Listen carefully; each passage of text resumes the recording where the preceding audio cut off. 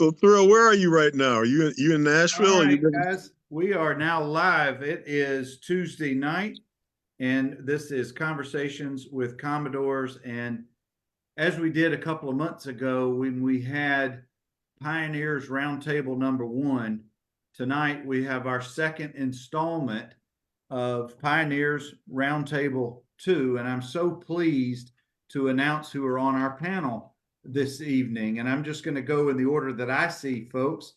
And here's, Dennis is joining us now. We've got James Threalkill, we've got Rod Nickson, Ed Parrish, Floyd Hughes, and Dennis Harrison is signing on right now. But here's the beautiful thing about this panel.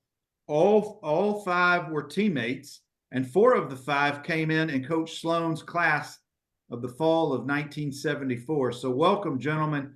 Thank you all for making some time. It is my pleasure and honor to host you guys this evening. Thank you, sir. Thank you so much, Bernard. We appreciate it. And Bernard, let me just say, on behalf of all the Commodore Nation, man, thank you so much for doing this. You have brought together people who hadn't seen each other in years. You've created reunions and memories, and also just documenting a significant legacy that we all share. So you were the catalyst for that, and we can't thank you enough for your efforts in bringing this together. It's been outstanding. Hey, James, I'll just add to that. I could just add one more line to that. He's also brought about some healing and some closure with some of the fellows. And absolutely. Yeah. No question. Express themselves. No question, Ed. That means the world to me that you allow me to have this platform, and for you gentlemen and many others to join me. So thank you. But I want to talk about that famed 1974 class that, if I'm correct, if I heard you earlier, that there were 10 African-American athletes signed in that same class, and 4 of you, I know that Rod, you're a little bit younger than the other gentlemen, but the 4 of you guys, the rest of you were all in that same class. And y'all just jump in when you want, but what did it mean to you, or did you, at the time you signed, could you appreciate how historic that was of a signing class? I don't think that I did. I was just looking at it as going to school. Fortunately, that year, Vanderbilt had brought in student and athlete-wise more African Americans than they ever had. So at the time, I thought, well, maybe that was a good thing. But then as I got older, I saw that was an unusual class, students and athletes. And I thought we had 12 in our class for some reason. Yeah, it was. Go ahead, James. Go ahead, Ed. I did not understand historic perspective at the time. I'm like Dennis. It was an opportunity to come and play for Vanderbilt, and I looked at it as my way out of my little hometown that I was born in. Yeah. Amen to that. Yeah, but Dennis, it was 10, because I'll never forget the headline in the Tennessean that said Vandy signs 10 blacks when our freshman class was coming in. And I mean, that's something that you wouldn't see today. UT signs 20 black athletes, but that's just how significant it was at the time. And so with me and Floyd coming out of East High School, it was really something to see that many African-American athletes coming in a freshman class at that time. It's amazing how people evolve over years, because when James and we were playing basketball, and we were still thinking basketball, football, and Bill Parcell came to East High School. I'll never forget that day. James and we were and man, we were sitting there and we said, we're not ready to sign yet. We're just going to wait a little while. And brother, Bill Parcell hit that dead bite. What am I going to tell Steve Sloan? And James said, where can we sign? It's been a great venture. It really has, because I grew up in a family of 10, okay? And if it were not for football, my parents were not educated, nobody went to college. I'm the only one from my family actually ever went to college. And that's because of sports. And so, you know, when you get in there with the guys and James and I and others, and it was just a great atmosphere coming to Vanderbilt. And you know what? I'll be quiet. I didn't play a whole lot, but I love Vanderbilt. You know, it's in my bones. You know, it doesn't matter if it's football, basketball, anything that has to do with Vanderbilt. I want to see them win. And for years, I had to kind of back it down because it would affect me emotionally. You know, we lose, and I'd be saying, give me a bad attitude. So I said, no, you can't be doing that. But I still want them to win at the highest level. So it was a great journey, meeting people like Ed, Dennis, and Thrill, and so many others. It was a family. You know, I think one of the things that brought us together as a group, and is that we met each other prior to coming to Vanderbilt in the Tennessee State All-Star game. So Dennis was there, Thrill was there. Floyd, were you there? I was not there. No. Was Greg Dandridge there at the time? Kimmy was there. Kimmy was there, Ricky Jean. So we had built somewhat of a bond, probably 2 or 3 weeks prior to coming to Vanderbilt. So it made it that much easier as we started our careers at Vanderbilt University.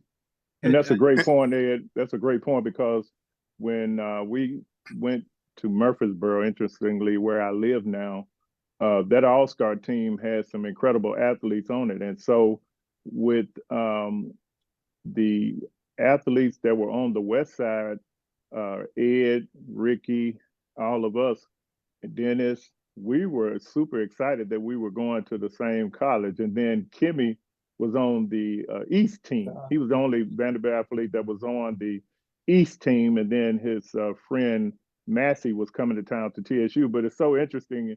We'll never forget this. When we were headed over for the game, we were leaving out early, probably about an hour before we were supposed to be there to get dressed. So we all went to the MTSU Student Center, put money in the jukebox, and we were dancing before the game. That's how confident we were. Pre-game dance. I'd like to sing that. Yeah. So look, we reminded Kimmy and them, like, man, we jammed before we came over there and beat y'all behind. So it was so funny. Well, Rod, that's where I met. I had because I basically grown up in Murfreesboro, and at the All-Star game, and in fact, if I don't meet Threalkill, I don't even know how I was going to get to Vanderbilt. I didn't have a way to get to school. He came back and picked me up. Yeah. Well, Rod, I know you were 2 years behind the other 4 gentlemen here, but you're coming, they're all Tennessee guys. How did you make your way out of Buffalo, out of New York, down to Vanderbilt in '76? They all thought I was crazy up here. They said, you ain't going down there, play no ball. I said, well, you know, at the time I had several choices. I think it was like 35 or something crazy like that. Schools sent me letters, you know, not actively pursuing all the time, but sending me letters and asking me to come for a visit. I thought about going to Pitt or Penn State because they were closer. But I always liked the Southeastern Conference competition down there, the way they was playing ball, you know. So I said, well, if I can get a chance to get down in there, I might be able to do something. So when the guy, Coach X, came up here and wooed my mama a little bit and wooed me as well. And I said, well, if I got a brother down there doing like that, I'm going to come down and see what's up. Right. Was it important to you, Rod, at the time, coming out of Buffalo, coming out of the North, was it important to you to know if there were other African-American ball players on the roster? Yes and no. I mean, when I had gone to Canisius High School, there was only about 20 brothers at the school. It was an all-boys school. And so I learned to get along with everybody, you know, and that, you know, there were certain people you didn't get along with, but that's always going to be the way, no matter where you are. But for the most part, the whole school, as a matter of fact, there's once a month, they have a 1976 Canisius High School dinner at somebody who one of the guys owns a restaurant. And we get together and have dinner. And I'm the only brother there, you know, but these guys were friends of mine back in high school. And that kind of threw a little shock into Vanderbilt because a lot of the people weren't expecting me to come down there and be like, I didn't see color that like that. I mean, I saw it, but I didn't try to make it my only focus of what I was doing. Mm. You know, because I had gotten along with everybody. That's a good point, Rod, because, now that I look back, 45, 50 years ago, I don't recall color being an issue going to Vandy, okay? Maybe the magnitude of playing in the SEC today, absolutely one of the greatest conferences, that we have that's there. Where? Man, I didn't think about it because, we went to high school with predominantly white when we went over there. I went over there in the ninth grade. So, when the article came out about the 10 African Americans, the number of them or whatever, it didn't really dawn on me, what it really meant because it was not a color issue then for me. Yeah, it wasn't for me either. But, as I got down there, I saw it actually was a little more of an issue, or at least a little more in your face issue with some of the people. But I mean, I'm sure some of the people up here had the same feelings, but they kind of kept it to themselves a little more. Yeah, I came from a small town over in West Tennessee, about 13,000. And my school, I guess, population of about 1,200. And just because I played sports, I practically knew everybody, or everybody knew. Mm-hmm. So that kind of carried over to the school. And I did not have baggage coming with me that whether it's in diversity or the amount of diversity and those types of things. It just wasn't an issue. And because I had already met some of the folks who were there, not just the ones that are on the screen with us tonight, but you had Andy Rutledge, you had Andy Rutledge, Larry Utley, and Mike Birdsong, and just a lot of other ones that were there at the Tennessee State All-Star game. That we kind of formed a bond because now we're coming in a few weeks to Vanderbilt University, and then we were coming there to make a difference. I mean, that's what Tim Riley. And Tim Riley, absolutely. Yep, Tim Riley. So it was not a big issue with us. And I think, and if you ask someone outside of this group who did not have the relationship like we had built, then they may tell you a different story. Because we had kind of had a built-in fraternity. Yeah. And I think if you come in a class, you get a kind of a fraternity. I mean, me and Frank Mordica and Myrick and JP, and I mean, we always were close about stuff like that. It was always good. Mike Mitchell, Dennis, let me ask you, why Vanderbilt and not one of the presumably many other schools that were recruiting you? What convinced you to come to campus? I think Coach Sloan tricked me.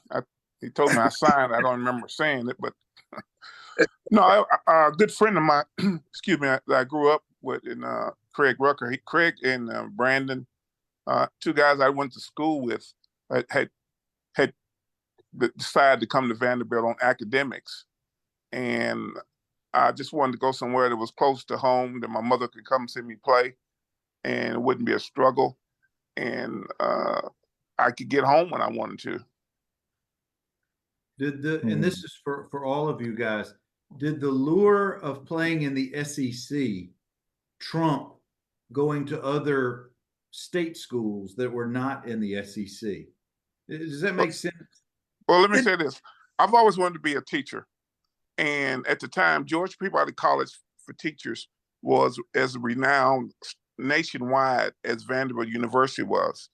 And so to be able to go there and graduate from Peabody Educational School was a big plus. And then after that, to go back and be a teacher after I graduated, until I saw how much teachers made. But then I was very fortunate to get to do something else. Well, fellas, I want to pause for a minute because we've got a whole bunch of Commodores. I need to let you know who's here with us this evening. And just so for those who just signed in or just watching us, this is Pioneers Roundtable 2. And we've got James Threalkill, Rod Nickson, Floyd Hughes, Dennis Harrison, and Ed Parrish. And all of the gentlemen, except for Rod, came in the class of 74. Rod came in 2 years later, class of 76. But let me tell you who's here. We got Marshall Cheatham. Hey, Cheat, what's going on? Hope you're doing well. Jimmy Bronner's signed in. I guess he's working and watching. We got Kurt Page. Let's see. Tell Rod Tippy Nickson to come to the Pioneers Banquet in February. That's from Cheatham.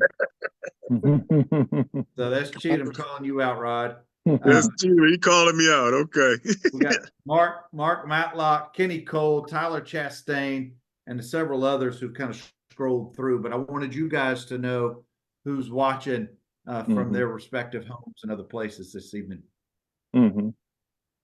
Thrill, let me go to you and tell me about competition as a freshman, competing for some playing time against the likes of Ed Parrish and all these other gentlemen on this screen here tonight. What was the competition like coming out of East and then coming to campus? Well, the competition was absolutely fierce, and I just want to take a pause and congratulate Dennis on being nominated for the Vandy Sports Hall of Fame. It's a tremendous source of pride among not only Commodore Nation, but especially our class of 74. But, you know, when I got there, you had at the wide receiver position, the incomparable Jesse Mathers, Walter Overton. You had Lonnie Sadler from Madison and Nashville, Tom Gare Beers. I mean, you had just some amazing athletes. And the thing about it, you were not there unless you were an elite athlete, because Bill Parcells was an elite coach, as he proved with his Hall of Fame NFL career. And so if Parcells tabbed you to come to Vanderbilt, then you were an elite athlete. And so the competition was tough. The thing I discovered after me and Floyd left East High School, you know, as a wide receiver, I patterned myself after Otis Taylor with the Kansas City Chiefs, because that was my lifelong favorite team. And so in high school, I could catch a pass and keep running. And when 2 or 3 guys grabbed hold of me, just keep trying to break away and that kind of thing. And so what I learned in college is that, you know, you better go down when somebody get a hold of you, because with Brenard Wilson coming across the field at full speed and Reggie Calvin and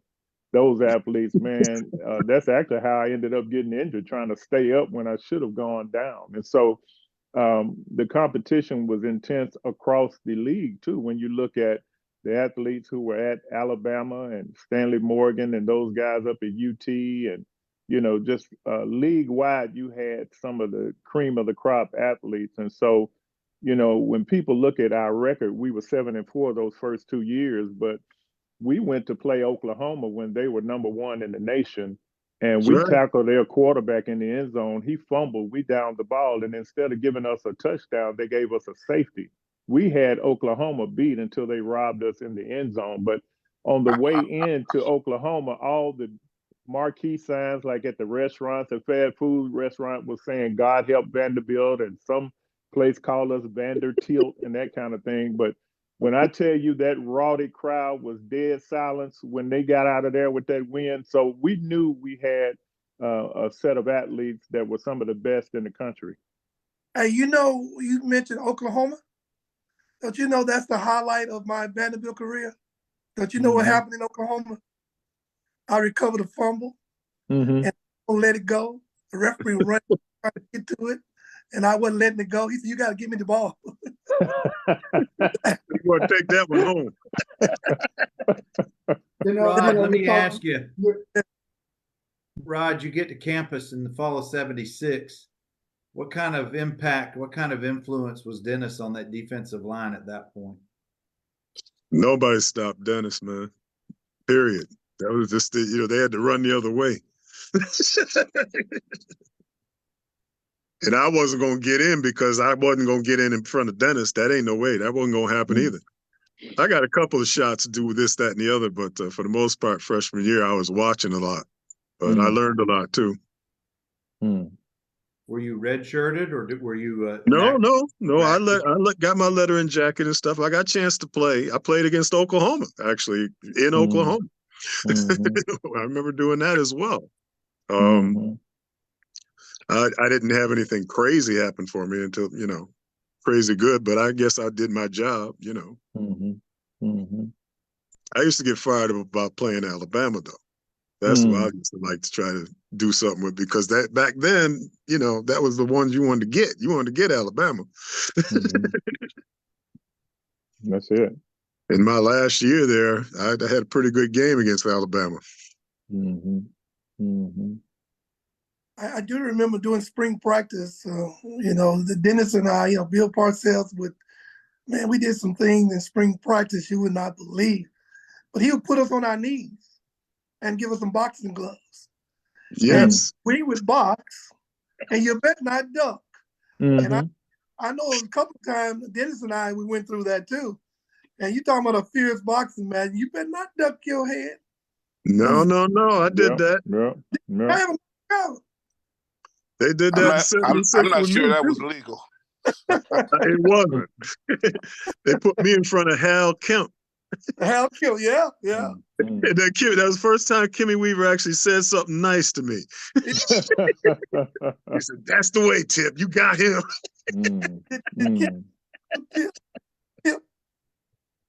Did Timmy give you your nickname? What? Yep, he did. Yeah. Kimmy Weaver. Kimmy gave Rod his nickname. Kimmy gave everybody a nickname. Yeah. God rest his soul. Yes, sir. Hey, well, right quick, Rod mentioned Frank Mordecai. That's the other Vandy Sports Hall of God Fame rest his soul, inductee. So we want to acknowledge that incredible athlete as well. Absolutely. As well as Whit Taylor and Tom Galbraith. Oh yeah, absolutely. Wow. Four active football players who were this year's class. Great. And the banquet, Dennis, tell me if I'm right. The Hall of Fame banquet is March 1st in Nashville. Yes, I still haven't received all the details yet, because I know my family that can come will be able to come, and that may take up a table. I know that's right. But Bernard, you asked the question about Dennis. Dennis was an exceptional athlete, of course, going down into the Georgia Peach Bowl and winning defensive player of the game for blocking a field goal at the end when we were playing Texas Tech. But, with all the accolades that he, of course, was getting, Dennis remained the same humble person that he's always been. And I think that's why he's so endeared to us. And, when I talk about not only the class I came in, but a lot of the athletes there, like, Ed Parrish and Ricky Jeans and Floyd and others, man, they were good quality people along with being exceptional athletes. And I think that's why to this day, we have such a brotherhood among us, because, and other athletes, Bernard, that you have interviewed said the same thing. When you talk about guys like Mark Matlock and others, man, we have established such a brotherhood with Commodore Nation that, seeing these guys, you can have not seen them in 10 or 20 years and come back together and talk like you just talked yesterday. And that's one of the most gratifying things about what the guys call the fraternity that we established back then. Well, I know. Yeah, you bring up Mark Matlock's name. Mark, you think Mark grew up with us? Matlock, he was just a great guy and still is to this day. Absolutely. Yeah. There's a few people like that. Well, fellas, I want to make sure to acknowledge the behind the scenes work that I know that he's done. Rod Gurley has just, I know, done a lot of work pulling fellas together to help build that community, keep that community together.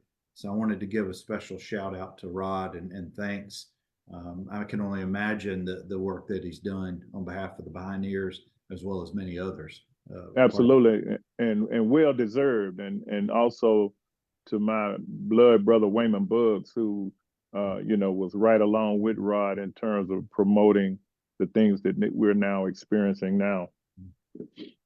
Drew, you have a lot to do with that too, though. You can kudos to you. Yeah. Yeah, thank you. Yeah, I think that Rod and Wayman and Thrill have really been outstanding behind the scenes and just out there setting a path for us. This is something that, sometimes people take something and they drop it. Well, it hasn't been dropped. It's only picked up since it first started. And the kudos go to you Thrill and Wayman and Rod are doing great jobs. Thank you, brother. I don't want to leave out Christopher Stokes and Taylor Stokes. I believe Taylor he's Stokes. been a Yeah, part of Taylor that. as yeah. well. Fellas, let me ask you, just anybody jump in. I want to talk about life away from football while you were in school, life on campus, life in the community. What was there that was appealing either on or off campus that you could get away from football for a while? Mhm. And Ed, the statute of limitations, Dennis, is long expired. So you can share or not share whatever you want to discuss. Oh no, I look forward to the parties that were on the weekend. You know, eventually my sophomore year, I joined the fraternity, Alpha Phi Alpha fraternity, just to be. My junior year, just to be something and have something different to do. And that was good with me. You know, I'm now with another set of men on campus that I became friends with, and so I was kind of leading two lives there: academic life, athletic life, and the fraternity life. So that and eventually my senior year, getting married and having a child, that kind of kept me busy. And I think one of the things that contributed to the quality of life away from football is the fact that we had so much respect for our teammates that we really created our social life among ourselves with the things that we did, whether it was going up to David Culley's room, who had a ton of albums in his room, and you could go and learn who the next hard artist was by listening to David Culley's albums. No, he's the one that introduced me to the Brothers Johnson. But the other thing that was available to us was the fact that we could go over to Tennessee State University and hang out, and they'd come over to the campus. And then the Bishop Johnson Center's predecessor, the Afro House, was a place where we could go and hang and just interact and that kind of thing. So, campus wide, there was probably not a lot of support things in place for African American students and athletes, but we made the best of our situation by just coming together in a unified way and creating the kind of environment that supported us as athletes and students. And then look, me and Ed Parrish used to work a job together out at Aladdin Industries. So we would be driving home at like 2 in the morning in Ed's green Pinto, listening to Bobby Womack, "Daylight Go Get You Up Again." I tell you. And I was working down in the security office from 12 to 7. Most of my life away from campus was music. I was learning my bass guitar, my regular guitar, and that kind of stuff. Wasn't necessarily with the team though; it was just with a bunch of musicians. Wow, yeah. What? Rod, were they Nashville musicians or were they part Yeah, of? yeah. And I had to learn what they was playing too. So I was playing some country music. I played all kind of stuff I hadn't played before. But it just made me a better musician. That's all. You know, there's no such thing as bad education. So do you still? When you come down, you're going to have to do a little solo something for us. Right. Oh, come on now. My do hands are so messed up, I can't hardly play anymore. Together. Yeah, what were you going to say, brother? I was just going to say one of my favorite things to do off campus was to go to your mom's house and get one of those favorite meals that she would always cook. And, I was used to those hamburger just being on between piece of meat between two pieces of bread. I mean, it was like like a steak when she cooked that. Man, that made me very popular on campus. The fact that my mama's house too. Yeah. And go in our refrigerator. Everybody couldn't do that. But Bernard, another component of that was the fact that Vandy's basketball team was starting to recruit Black athletes as well. When we came in, Bill Ligon, of course, was there, and we looked up to him. But then you started to get guys like Carl Crane and John Sneed and Charles Davis and Greg Yeah. Fuller and Tommy Springer and Thomas you know all of Springer, those guys. And so we actually had another whole set of guys just to establish a relationship with. So we would be at the games, you know, supporting them. And back then, CM Newton at Alabama was probably the first coach to put 5 black players on the floor in the Southeastern Conference, even though Vanderbilt was the forerunner with Perry Wallace. But I remember one game we were in the audience and they introduced, you know, Charles Davis as a starter, and we were like, okay, yeah, typically that's what happens. And then they introduced John Sneed. Then they called Carl Crane. Then they called, and at that point, you know, the black students were like, surely they're not going to put 5 black players out there in the starting lineup. By the time they called Greg Fuller and Thomas Springer, we hit the ceiling, man, because that was just such an incredible moment to see Vanderbilt put 5 black basketball players out there on the floor for the starting lineup. Thrill, it's one guy that we don't give a lot of accolades, don't bring his name up very much, but it's Steve Chandler. Oh, yeah. Steve Chandler was Baseball. He was baseball. And he was there when we got there, I believe, Thrill. Yeah, he was. I think he was one of the only African-American baseball players that we had at the time. And afterwards, maybe more came, but Steve was, he was there during the period of time that we were there in school. Great baseball. Absolutely. Absolutely. And I got a chance to see him when he was inducted in the Sports Hall of Fame. And it was a great reunion to see Steve get that acknowledgement. So, yeah, absolutely. Thank you for bringing his name up. And then we started, you know, as Floyd knows, we started to get Vandy's basketball team going with Teresa Lawrence and Kathy Bender and some of those incredible athletes as well. So there was some significant milestones being met back then. I think old Willie Hutch did pretty good from Buffalo too. Man, absolutely. Yes, sir. I still see Willie. Yeah, Hutch was a beast. Rod, He's did you know doing all kind. I've known Willie for years. He's doing all kind of stuff with youth, inner city youth up here. It's fantastic. Fantastic what the man does. Yeah, yeah.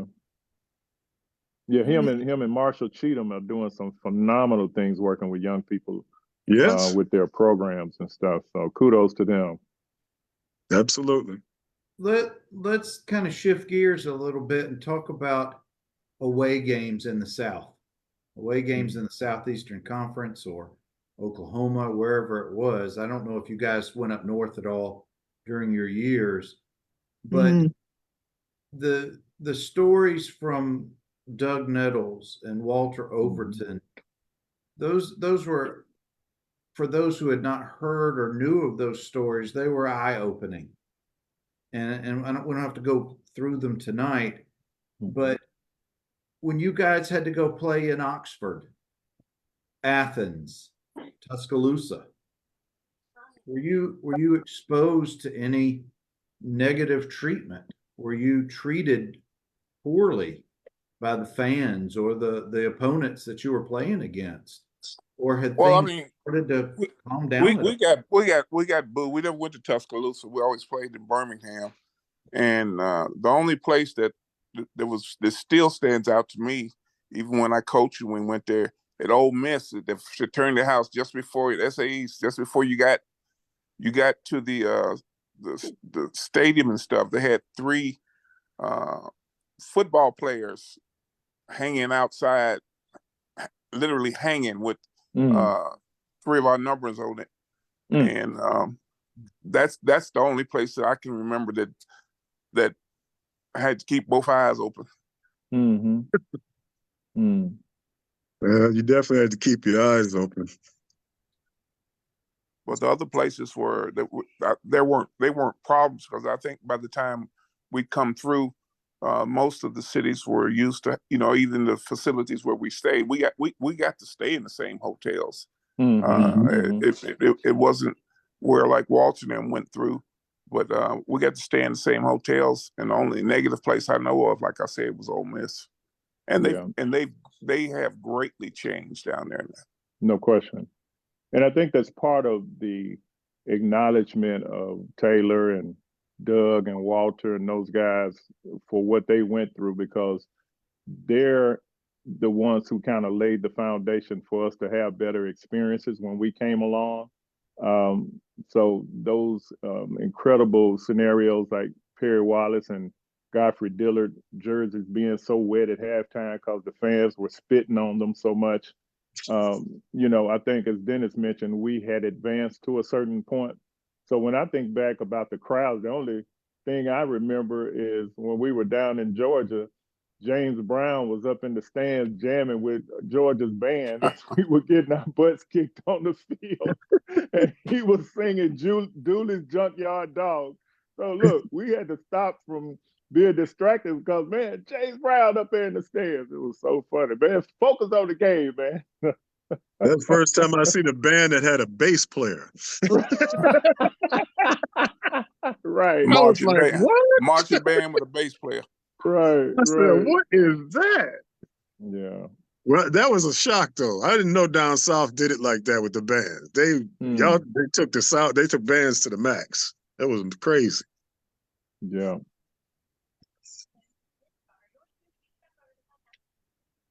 What about life in Nashville? The fact that y'all went to Vanderbilt, did not go to historically Black colleges or universities. You were representing Vanderbilt in the mid-70s in Nashville, which had progressed a lot. But as Marshall Cheatham discussed, and this is my question for the group, were any of you on campus the day that the Klan marched down West End Avenue and were told by the coach, I think it was Pancoast, told Cheatham, don't you make waves. If you want your scholarship, you just let them do what they're going to do.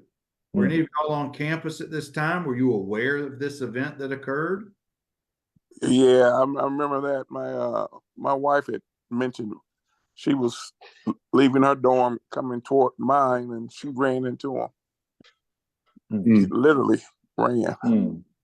Yeah, I don't remember that. Yeah, I don't remember because Ida told me about it. This scene, and when I went out there, I didn't see anybody. Well, when I was on campus, of course, the apartheid regime was in place in South Africa, and so Vanderbilt was hosting the Davis Cup tennis tournament, and South Africa was playing. So when we had a meeting before we left practice, once again, the coach told us to stay away, but me and Mike Mitchell, we said, man, we're going over there because we saw all these students over there from Fisk and TSU and Meharry and all of that. And we were like, there's no way we're going to not go over there and participate, in that scenario with the other students. And, had I not been fortunate enough to learn about South Africa through a friend at Peabody who had an album by Gil Scott-Heron who talked about Johannesburg, I wouldn't have had a clue about what was going on in South Africa. So, we went over there. We definitely went over there to participate. Well, fellas, I want to tell you who else has rolled in the last 20, 30 minutes. Some names you'll definitely know. We got Dwight Jones, Gary Kimball, Joe Peebles, Marcus Williams. OJ Fleming says to tell Coach Harrison what's up, and he calls you a very impactful man in his life. And we got Jim Arnold is in the house with us. Wow. Some Hello to awesome all good those guys. Yeah, absolutely. Rod, talk about if there was the culture, my term, culture shock, culture change from growing up in the North in Buffalo and then moving to Nashville, Tennessee. What was that like for you? And I'm not just talking about the weather. It was definitely a culture shock. I had met the person I'm with right now, and she had 5 friends, and she's white, and they were walking around campus with me and come to the game sometimes to see me and stuff, and that wasn't necessarily looked at that well. I heard a little flack from that from several sides. But it was just a different thing. The coach used to get mad at me because I didn't say yes, sir. And they said, well, what's your problem saying yes, sir? I said, I ain't got no problems. It's just I didn't say yes, sir to my dad. So now I'm supposed to say yes, sir, to you. It's not like I'm trying to disrespect you, coach. It's just that isn't something I was used to doing. And I remember that they had a big problem with that, me not saying yes, sir, maybe trying to make me think I was better than somebody or something. But that wasn't the case. I just, you don't say yes sir to your dad, you sure don't say yes sir to somebody else who ain't. Right, right. But there was a definite culture shock. It took me a while to get used to it. And then I ended up staying down there after school for a little couple years. And then I came back finally because just things didn't work out. Rod, while you were down there, did your way of speaking ever slow down, or did they have to catch up to your way of speaking from the north? Or did you ever adopt y'all Right. I never thought I did, but then when I come home, everybody say, you talk like you from Tennessee now. Wow. And I'm like, what? And then I come down to Tennessee, they say, oh, he's still a Yankee. He still talk like he's from up in Buffalo. So I guess I was kind of somewhere in the middle after being down there. I don't know. Hey, he calls me a chameleon anyway. He says, wherever I'm at, I can fit in. So. But look, Kimmy had to adjust his East Tennessee accent as well because he let that slip out.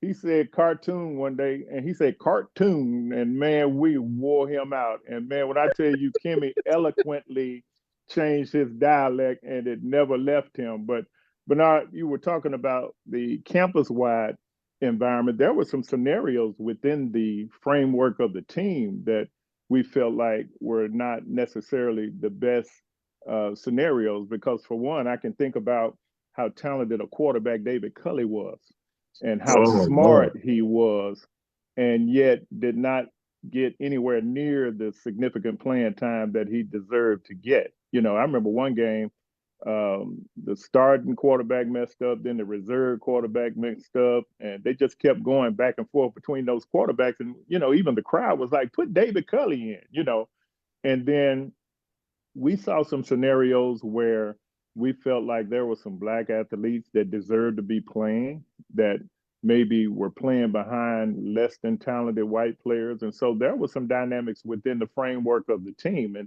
a lot of the bitterness that former players experience is based on the fact that, had we gone to other schools, some of us maybe had pro football aspirations and feel like if we had just gotten an opportunity to play, that things could have been different. That's all we were looking for, no special favors. But when you come out of high school as a world-class athlete, and then you never get a chance to demonstrate what you're able to do on the next level, that's a tough thing to overcome. I mean, when you have individuals like a Dennis Harrison or just a dynamo like Ed Parrish, it's pretty hard to, keep them on the sidelines. But there were some other athletes, man, first class, like Ricky Jeans, and I mean, just a number of athletes that were exceptional that probably didn't get the kind of playing time that they should have.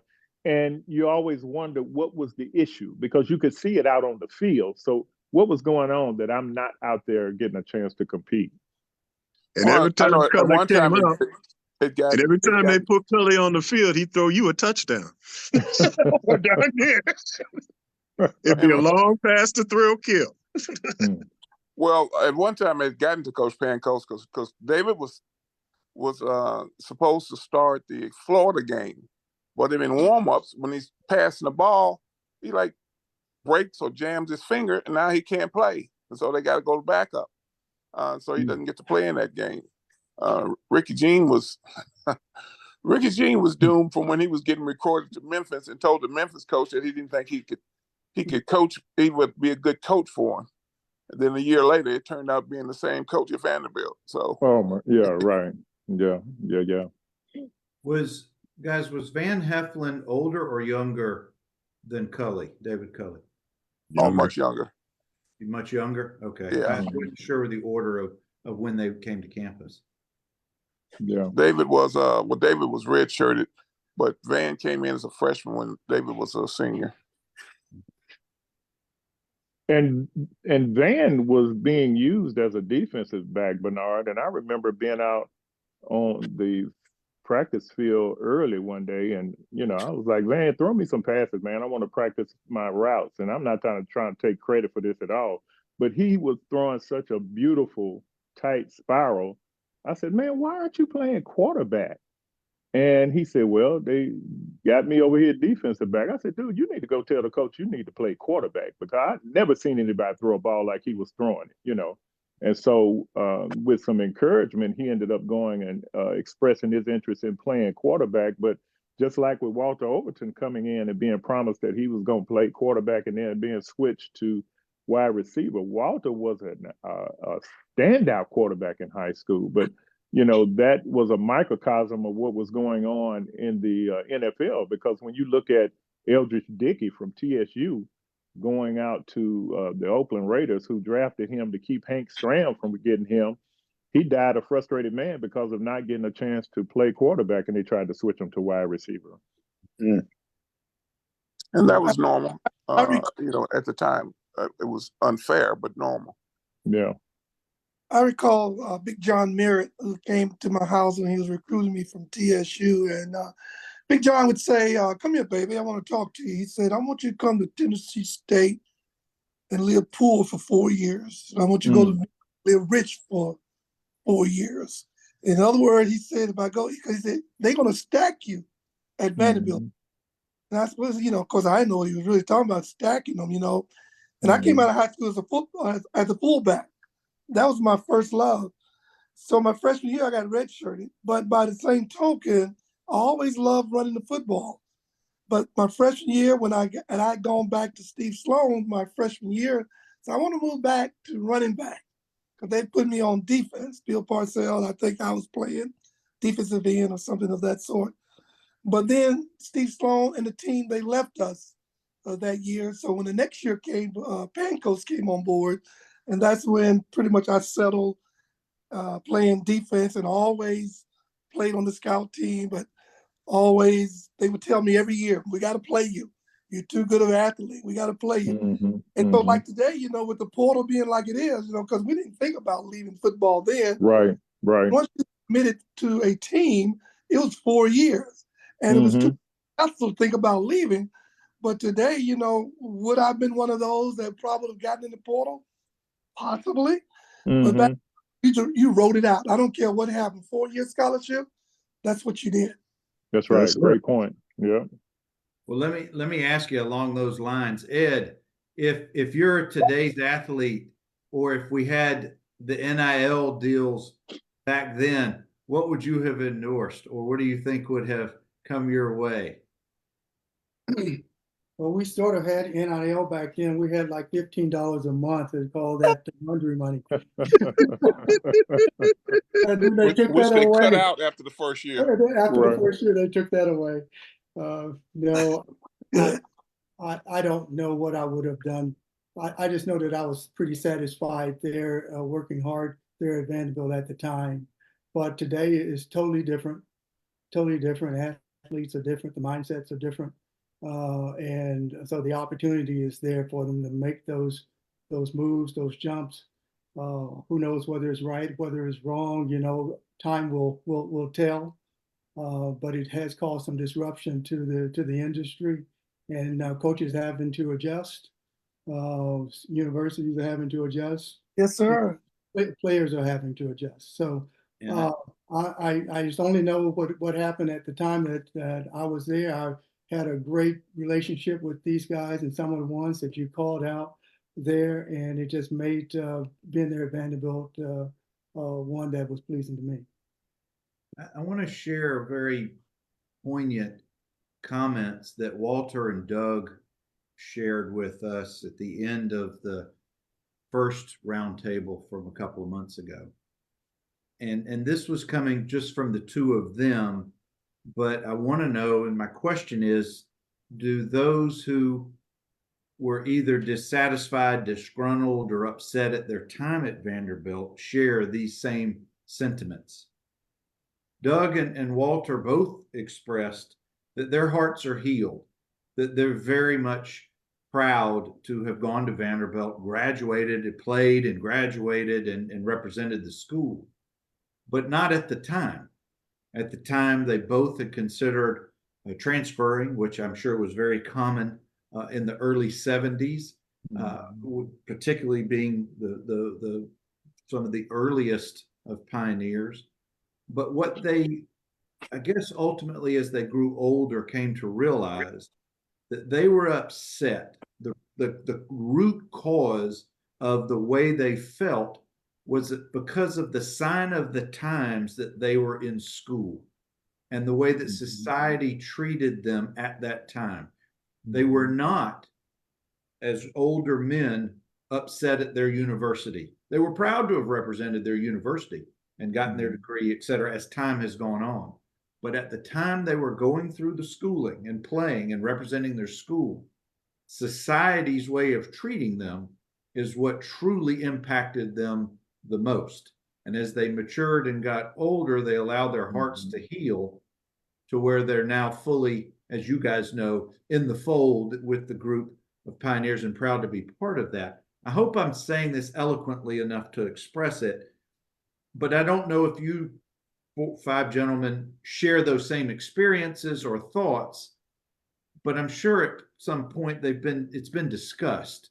So I guess I just leave it at that. If there's any comments, I welcome them, but I didn't know if that was the sentiment of other individuals as well. I refuse to answer on the grounds it may incriminate me.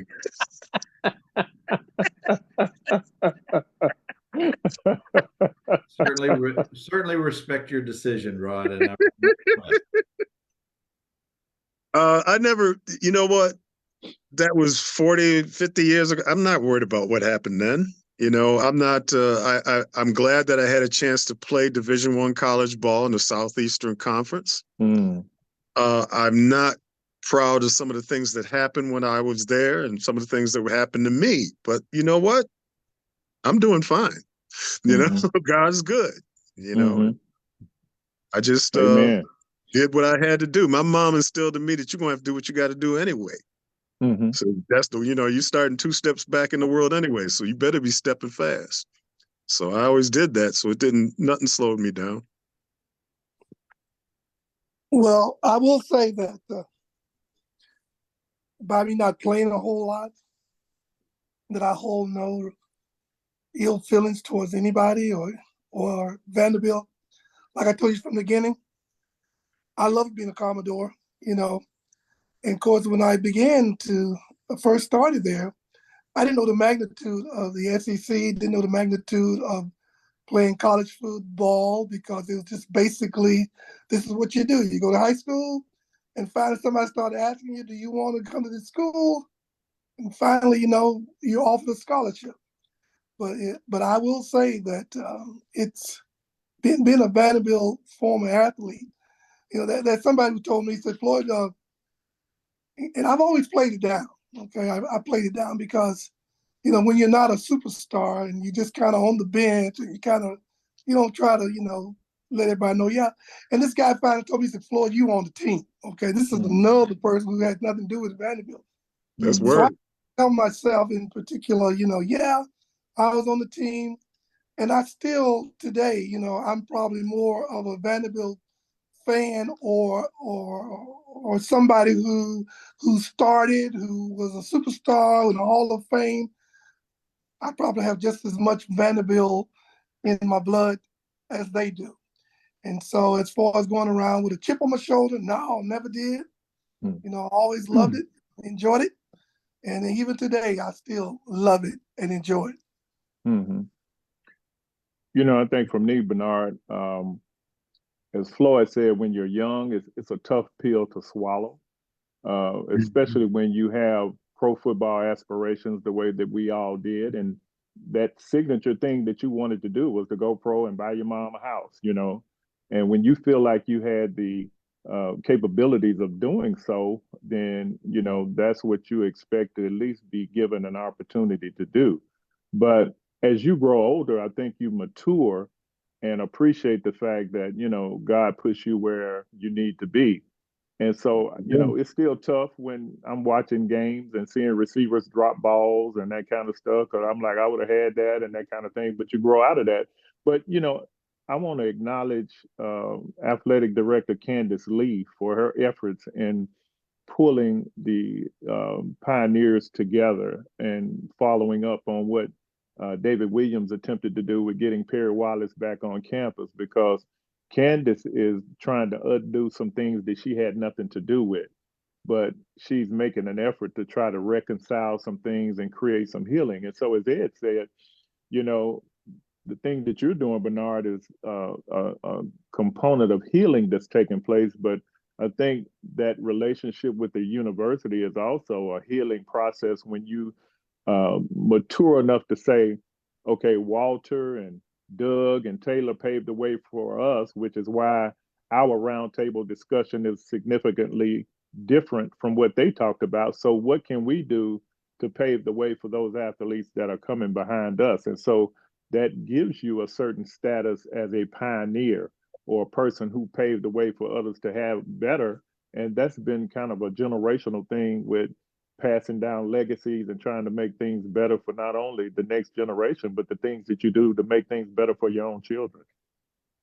You know, James Threalkill and I, you know, we went to high school together, and I was able to watch his development and watch him play for many years. And if you throw a ball to James Threalkill, and if it was in his area, he would catch it. He was very talented, but I've never seen him really become a disgruntled person. He's been very humble about his ability, athletic abilities. And not only that, James, you know, he's one of those guys that all the years I've never heard him run down the university or say anything, but he was truly a superstar. He was an NFL, what do you call it? Quality. You know what I'm looking for. Prospect. Yeah, prospect. Thank you, Dennis. I know me and you are friends for some reason. but the bottom line is that I was able to experience that. You know, that's the thing, you know, and I saw that. And he got to Vandy, you know, it's just that, you know, I don't know why, you know, when I came there as fullback, Jamie O'Rourke, you know, I was eyeballing him because I was saying I can run the ball like him, you know, and I'm sure James Threalkill was saying the same thing. I can catch like him, you know, but, you know, these guys were already fixed there. And so, you know, you kind of just fell in place to do what you had to do. But, yeah, but I appreciate that. Kudos to you, brother. Thank you, man. I appreciate that. Yeah. I do want to address something that you said about y'all's class of 74 in 74. If you haven't met these gentlemen, I hope in someday there'll be a forum for you guys to meet the class of 88. There were a dozen African-American ball players who signed that year, and they collectively call themselves the Fellas. Most notable one you may know is Derek Gregg. Derek is the athletics director at Northwestern. I came in the class of 86. These guys were 2 years behind me, and now they're CEOs, they're doctors, they're lawyers. They've made wonderful contributions to society. But my point in bringing that up is that was probably the largest class since your class of 74.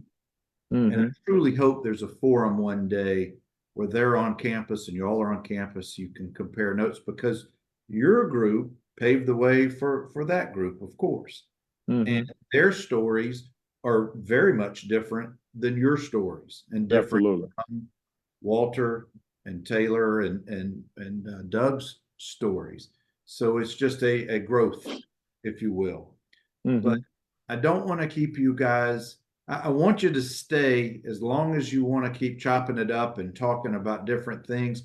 But I don't want you to stay just so you're looking at my mug the rest of the evening. But before we get out of here, before we conclude, Jeff Madden is with us. David is with us. Zach Spratt says to tell you fellas hello. Tim Richards. Kenny Cole says one of the blessings in his life was being a smallish white linebacker from Alabama who became best of friends with Rod Gurley, who was a giant black defensive tackle from Chicago. What an education. That's great. Speaking of Kenny Cole, I want to tell you guys of an event that's coming up February 23rd and 24th in Huntsville. Jill and Kenny are opening their house to Coach Lee and the staff. Hopefully Candace is coming. Maybe somebody from the NIL collective are coming. And it's a meet and greet, just fun evening and afternoon and evening at the Coles home in Huntsville. Anybody is invited and included. And we're creating a graphic and I'll share it out to everybody. The next day, Vanderbilt is playing Florida and there'll be a watch party. There's a basketball game at noon. This is a Saturday and Sunday events in Huntsville. And I wanted to make sure I brought that up. I also want to make sure that we've got, for those who don't know, the Pioneers Weekend in Nashville is coming up February 1, 2, and 3, Thursday through a Saturday, I believe. So if Pioneers who haven't signed up need to do so, get in touch with Rod.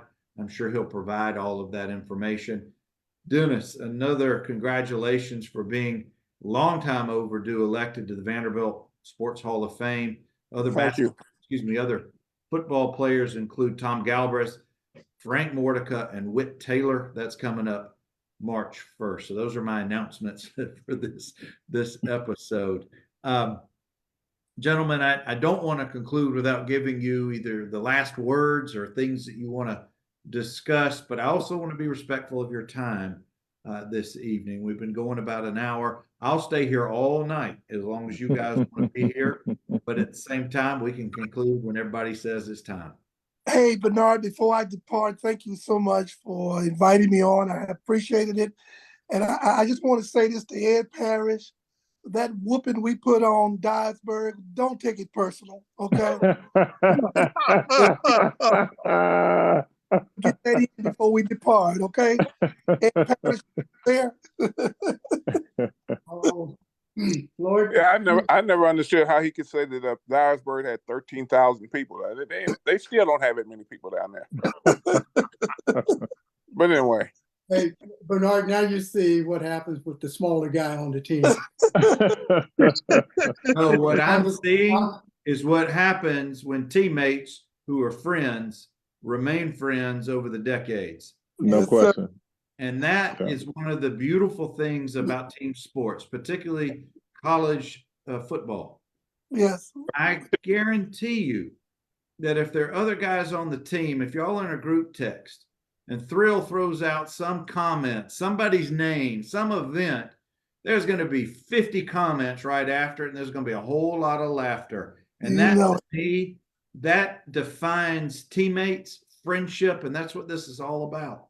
Yes, right. For me, that also defines my brothers. I love those guys, and I don't throw that word around loosely. So I think for this opportunity to reunite with some of these guys on here, and to doing this, Bernard, you're doing a great job, and just continue to do that. And yes, I am going to have to go. But I thank you for the time. Good night, everybody. We appreciate your time tonight. Love you, bro. See you, Jay. Congratulations, Dennis. Thank you very much, Tippy. Congratulations. See you all later. Take care. Thanks. All right. Bye-bye. It's good to see all y'all brothers again, man. Peace and love. Question. You know that. You guy, absolutely. Thank you, fellas, and I hope to see each and every one of y'all break bread or beer or something in person in the upcoming days. So thank you again for being here this evening. This was special for me, and I hope it was worth your time tonight. Good night, Bernard, I wanted to just say right quick, we mentioned a lot of people, but there were some non-athletic students there at Vandy, like Kimmy's widow, Karita, Dennis's wife, Ida, Kim Smiley, Karen Key. We had a lot of students that befriended a lot of the athletes and just continued that support of us being on campus. So I just wanted to acknowledge those students who were great friends of ours on campus, Valerie and Veronica Todd at Peabody, and Joyce Mordica, Frank's widow. So we had a great support group that helped us as well. And so those are lasting memories also. But again, it's great seeing you guys. And Bernard, thank you for doing this. This is, I think, really documenting an incredible legacy that'll be valuable information for generations to come. So a huge thank you and anchor down to you as well, my friend. All righty. Good night, everybody. My pleasure, guys. Y'all have a good night. All right. Thank you, Bernard. Thank you.